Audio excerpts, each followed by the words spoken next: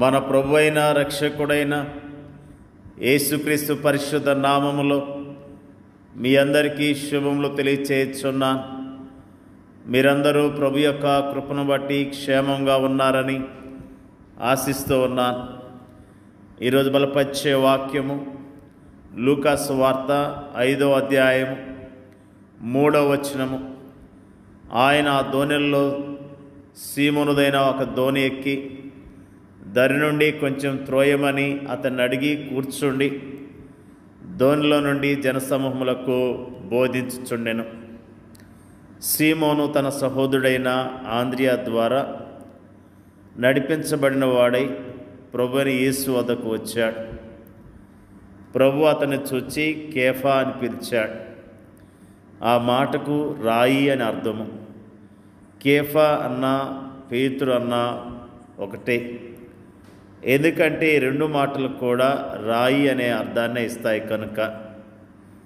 ఆ తరువాత ప్రభువైన యేసు సీమోను ఇంటికి వెళ్ళినట్లుగా లూకా సువార్తలో మనం జ్ఞాపకం చేసుకుంటున్నాం.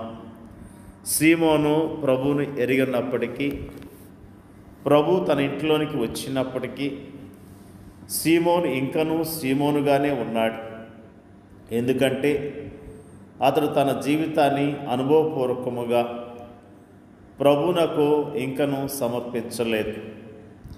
మనలో అనేక మంది విషయంలో కూడా ఇలానే ఉంది కదూ.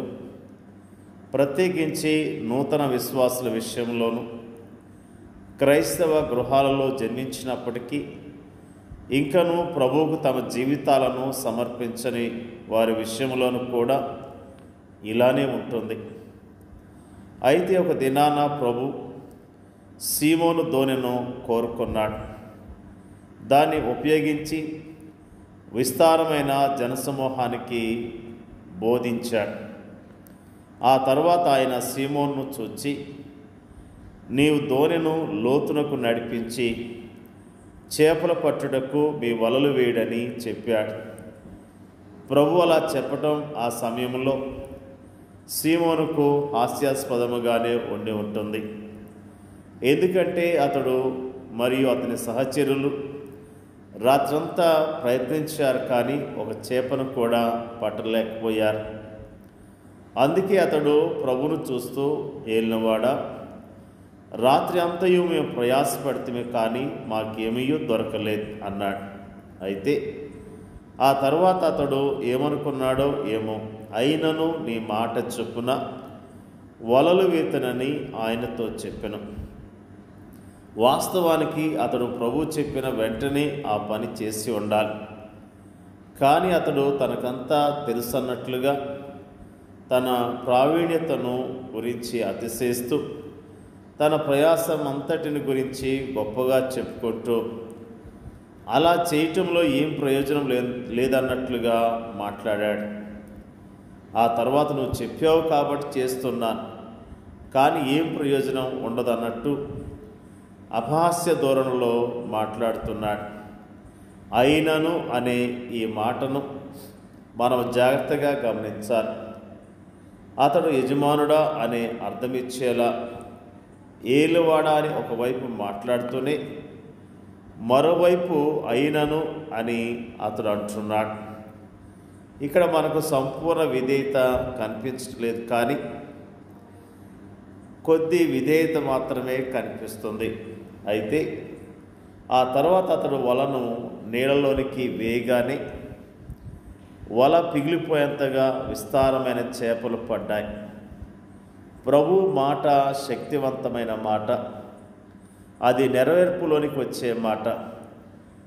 ఆయన చేపలు పట్టుటకు మీ వలలు వేయడని చెప్పాడు, కానీ ఖాళీ వలలు పైకొచ్చుటకు వలలు వేయడని అనలేదు. చేపల పట్టుటకు అని ఆయన పలికిన మాట వారు ఊహించినంతగా కార్యరూపంలోనికి వచ్చింది. మన ప్రభు వాగ్దానాలు నెరవేర్చేవాడు. అయితే విశ్వాసంతో ఆయన వాగ్దానము హత్తుకునేందుకు బదులుగా మనము మన అవిశ్వాసంతో వాటిని కుదించి వేస్తూ ఉంటాం. అప్పుడు ఒక అద్భుతమైన విషయం జరిగింది. సీమోను పేతురు అది చూచి యేసు మోకాలు ఎదుట సాగిలపడి ప్రభువా, నన్ను విడిచిపోము, నేను పాపాత్మునని చెప్పెను. సీమోను కళ్ళు తెరవబడ్డాయి. యేసును ప్రభువుగాను రక్షకునిగాను పరిశుద్ధునిగాను గుర్తించాడు. తాను పాపినని గుర్తిస్తూ ఆయన పాదాల చెంత రోధించాడు. ఇక్కడ ఏం జరిగింది? ఒక వ్యక్తి తాను పాపిగా గుర్తిస్తూ తాను పాపినని ఒప్పుకుంటూ రక్షకుని పాదాల చెంతకు చేరాడు. ఫలితముగా ఆ పాపిలో రక్షణ కార్యం జరిగింది. జాగ్రత్తగా గమనించండి. ఆ సందర్భములో పరిశుద్ధాత్ముడు సీమోనును పేతురుగా ప్రకటించాడు. సీమోను పేతురు ప్రభుతో, ప్రభువా, నన్ను విడిచిపోము అన్నాడు. అయితే ప్రభువు పేతురును విడిచిపోలేదు. కానీ భయపడకము, ఇప్పటి నుండి నీవు మనుషులను పట్టువాడవై ఉందువని అంటూ అతన్ని ధైర్యపరిచాడు. నేను నిన్ను విడిచిపోను, కానీ నీవే నన్ను వెంబడించు అంటూ అతన్ని నడిపించడం ప్రారంభించాడు. అతని జీవితంలో దేవుని ఉద్దేశము సఫలీకృతమైనట్లుగా కడవరకు అతన్ని నడిపించాడు. ఎంత అద్భుతమైన ప్రభు! అతడు కానీ మనము కానీ చేయవలసిందల్లా ఆయన వెంబడించడమే. దేవుని యొక్క వాక్యంలో మనము జ్ఞాపకం చేసుకుంటూ ఉన్నాం. పేతురు ప్రభు యొక్క శక్తిని గుర్తించగలిగాడు. మొట్టమొదటిగా అతడు తన స్వశక్తి మీద ఆధారపడినట్లుగా మాట్లాడాడు. ప్రభు మాటను సరిగా నమ్మలేకపోయాడు. అయినను అనే మాటను వాడినట్లుగా జ్ఞాపకం చేసుకున్నాం. ప్రభు మాట విని మరి వలలు వేసినప్పుడు విస్తారమైన చేపలు పట్టినట్లుగా మనము జ్ఞాపకం చేసుకుంటున్నాం.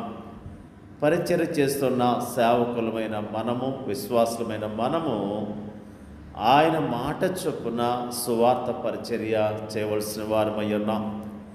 ఆయన చెప్పిన రీతిగా ఆయన పంపించిన చోటుకు వెళ్ళి మనము సువార్తను ప్రకటించవలసిన వారమై ఉన్నాం. ఎప్పుడైతే మనము ఆయన నడిపించినట్లుగా మనము వెళ్ళి సువార్త ప్రకటిస్తామో అక్కడ దేవుడు కార్యాలు జరిగించడానికి సిద్ధముగా ఉన్నాడు. మరి దేవుని యొక్క వాక్యములో ఫిలిప్పు ఆ నపుంసకుని యొద్దకు పరిగెత్తుకుంటూ వెళ్ళాడు. పరిశుద్ధాత్మ దేవుడు అతని యొద్దకు పంపించాడు. అతనితో ఫిలిప్పు మాట్లాడాడు, సువార్తను చెప్పగలిగాడు.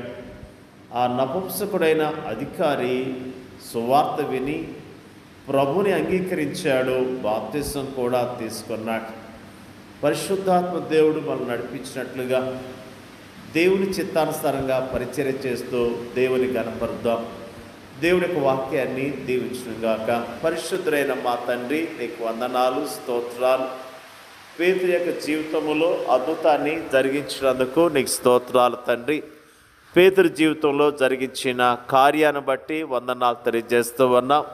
ప్రభువా, నీ యొక్క శక్తిని చూడటానికి, నీ యొక్క గొప్పతనాన్ని తెలుసుకోవటానికి పేతురికి ఇచ్చిన అవకాశాన్ని బట్టి స్తోత్రాలు తెలియజేస్తూ ఉన్నాను. మరి ముఖ్యంగా పేతుర్ని అయ్యా మీరు జ్ఞాపకం చేసుకొని మీరు ఆశీర్వదించారు ప్రభువా. పరిచయలో వాడుకున్న విధానం బట్టి నీకు వందనాలు తెలియజేస్తూ ఉన్నాం. మా దేశాన్ని, మా దేశ ప్రజలను రక్షించండి, కాపాడండి ప్రభువా. మా దేశంలో నీ పరిచర్య చేస్తున్న సేవకులందరికీ కూడా నీ మాట విని నీ మాట చొప్పున పని చేయటానికి, నీ నామములో అనేకమైన ఆత్మలు సంపాదించడానికి మీరే సహాయం చేయండి అయ్యా. ప్రార్థన చేయించున్నాం. ఇచ్చిన ఈ సమయాన్ని బట్టి నీకు వందనాలు తెలియజేస్తున్నాం. వాక్యం ఇచ్చిన ప్రతి సహోదరుని సహోదరిని జ్ఞాపకం చేసుకోమని ప్రార్థన చేయించున్నాం. మా దేశంలో నీ పరిచర్య చేస్తున్న సేవకులను, వారి కుటుంబాలను జ్ఞాపకం చేసుకోండి. నీ ఆత్మ ద్వారా ఒక్కొక్కరు నడిపించని, ఒక్కొక్కరిని బలపరచమని మరి ముఖ్యంగా ప్రార్థన చేయించున్నాం తండ్రి. మరి ముఖ్యంగా అయ్యా నీ నామములో మాకు ఇచ్చిన ఈ సహవాసాన్ని బట్టి, నీ వాక్యాన్ని ధ్యానించడానికి ఇచ్చిన అవకాశాన్ని బట్టి నీకు వందనాలు. నీ నా మహిమార్థమై ఈ లోకంలో నీ కొరకు జీవించడానికి మీరే సహాయం చేయండి. మమ్మల్ని అధికంగా దీవించమని యేసుక్రీస్తు పరిశుద్ధ నామములో అడిగి వేడుకొంచున్నాం పరలోకమందున్న మా తండ్రి. ఆమేన్.